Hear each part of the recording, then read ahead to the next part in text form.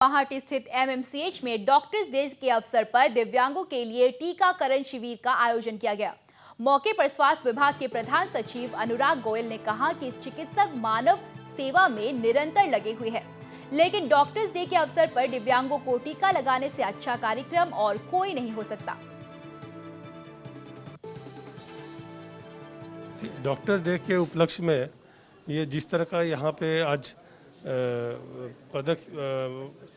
पदक्षेप लिया गया है, उसके बारे में मेरी सबसे पहली धारणा तो ये कि डॉक्टर्स डे के लिए इससे ज़्यादा अच्छा कोई भी और प्रोग्राम शायद हो नहीं सकता था। हम लोग कोई फॉर्मल प्रोग्राम करते उसका इतना प्रभाव नहीं होता जितना कि डॉक्टर आज जो सेवा भाव दिखा के कि हम लोग समाज के उस श्रेणी के लोग जो लोग एकदम से वंचित हैं, बहुत सुविधाओं से, शारीरिक रूप से थोड़े उतने सक्षम नहीं है जितने आप और हम लोग हैं, उन लोगों के लिए जो सेवा भाव प्रकट कर रहे हैं, तो उससे ज़्यादा बात कोई नहीं हो सकता। ऐसे लोग जो हैं जिनको अभी तक वैक्सीन नहीं मिला और जो लोग विशेष रूप से सक्षम हैं, इन लोगों का डेफिनेटली प्रतिरोधक क्षमता बहुत कम है और हम लोग को इनको वैक्सीन तो बहुत जल्दी देने का ज़रूरत था।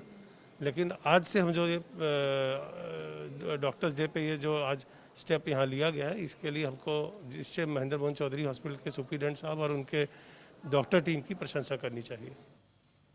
वहीं उन्होंने कहा कि असम में एक दिन में 6 लाख लोगों को टीका लगाने की व्यवस्था है। टीकाकरण महाअभियान के दौरान 3 दिन में 9,84,000 लोगों को टीका लगाकर हमने इसे साबित कर दिया है। उन्होंने कहा कि जुलाई महीने में फिर से टीकाकरण अभियान को तेज किया जाएगा। मैं इसमें एक्चुअली मैं एक चीज़ स्पष्ट कर देना चाहूँगा कि जब हम लोगों ने 3 दिन में 9,84,000 वैक्सीन जब किया था, वो एक तरह से हमारा एक मेगा वैक्सीनेशन ड्राइव था। वो हमको भारत सरकार को प्रमाणित करके दिखाना था कि हम कितना वैक्सीन कर सकते हैं। और जो हमने उन दिनों में जो वैक्सीन को देने के लिए जो प्रबंध किए थे, वो इतने थे कि हम एक दिन में 6 लाख वैक्सीन भी दे सकते थे अगर हमारे पास 6 लाख डोज उपलब्ध होता। लेकिन हमारे पास जितना डोज उपलब्ध था, हमने उस हिसाब से 3 दिन में 9,84,000 डोज दिए। इसके बाद हम लोगों को जो अभी जो आशा है भारत सरकार से और जो हमको लगता है कि वो पूरी होगी, भारत सरकार ने हम लोगों को एकदम वो किया है कि हम लोगों को जुलाई महीने से, अब तारीख हम एग्जैक्टली नहीं बोल पाएंगे, 10-12 तारीख के बाद से हमको लगता है कि हमारे पास एक कंटिन्यूस सप्लाई जो है वैक्सीन का एक रहेगा। तो और हम लोग जो असम के लोग जो अभी तक वैक्सीनेटेड नहीं हैं, उनको फेज मैनर में वैक्सीन करते जाएंगे। वहीं टीका लेने के बाद दिव्यांगों ने खुशी जाहिर करते हुए स्वास्थ्य विभाग का आभार प्रकट किया। खूब ভাল এটা পদক্ষেপ এটা লোৱা হৈছে, যিটো অসমত গোটেই অসমত হৈ আছে। এতিয়াও যদিও বা বাকি ষ্টেটৰ তুলনাত আমাৰ অসমখন কিছু পৰিমাণে বাচি আছে, তথাপিও সেই যিটো আজি ইণ্টাৰনেশ্যনেল ডক্টৰ্ছ ডেৰ ওপৰত যিটো আজি এই পদক্ষেপটো লোৱা হৈছে, তাৰ কাৰণে এইটো খুব এটা ভাল পাইছোঁ আমি। কাৰণ কি হয়, বেচিকেলি যিখিনি আপোনাৰ ডিজেবল পাৰ্চন হয়, স্পেচিয়েলি আপোনাৰ যদি আমি VI কথা কওঁ, ভিজুৱেলি ইম্পেয়াৰ্ড, যে চকুৰে একদম নেদেখে, তেওঁলোকৰ এটা প্ৰব্লেম আটাইতকৈ বেছি আছে, ক'ৰবাত গ'লেও ছ'চিয়েল ডিষ্টেঞ্চিং মেইনটেইন কৰিব নোৱাৰে 2 মিটাৰ। বিকজ যিসকলৰ চকুৰ প্ৰব্লেম নাই, অন্যভাৱে ডিজেবল বা অন্যভাৱে বিশেষভাৱে সক্ষম, চকুক বাদ দি পেলাই তেওঁলোকে যিহেতু দেখা পায়, তেওঁলোকে আপোনাৰ ছ'চিয়েল ডিষ্টেঞ্চিংটো মানিব পাৰে। मौके पर एमएमसीएच के अधीक्षक डॉक्टर अनुपाल शर्मा ने कहा कि पिछले 1.5 साल से चिकित्सक समाज के लिए चुनौतियों भरा रहा है।